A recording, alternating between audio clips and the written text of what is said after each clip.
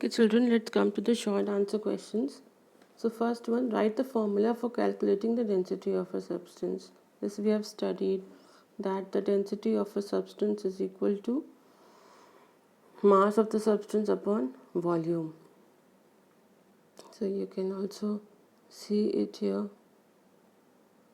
The first page, very first page, this is the formula for measuring the density of a material. Then the next question is the relation between the CGS and the SI system of units of density. So this 1000 kg per meter cube is equal to 1 gram per cc is the answer for this.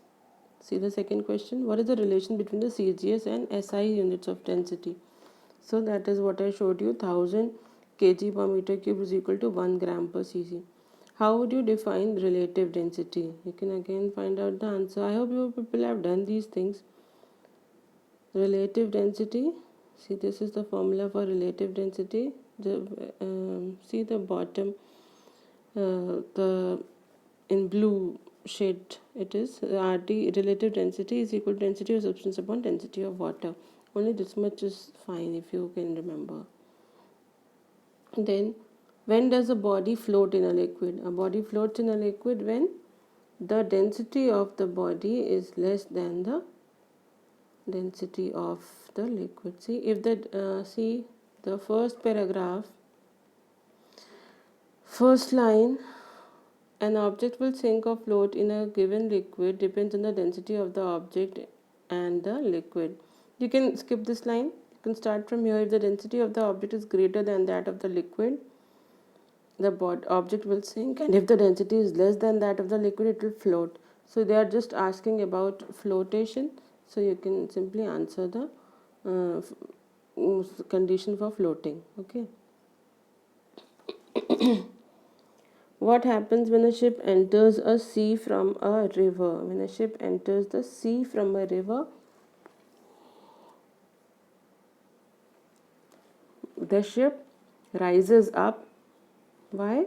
Because the density of sea water is greater than that of river water. See here, this first paragraph, first, second, third, fourth line, they rise when they enter a sea or ocean from a river because sea water has a greater density than fresh water.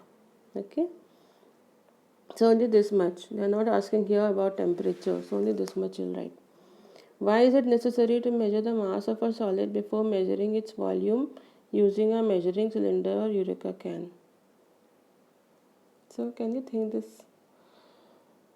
Why is it necessary to measure the volume, measure the mass before measuring the volume using measuring cylinder or Eureka can?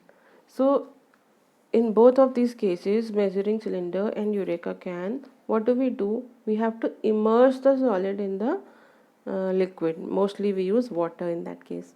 So we have to immerse that solid in water. When you immerse the solid, that solid must be may absorb some water. Okay, it is not, will not necessarily absorb, but it may absorb, or some water droplets may stick to the surface of that material which you are immersing. That is why we first want to take a mass of that material before only. Okay, otherwise if you will take it later on, then it might have absorbed water, or some water might have stuck into its surface. Okay,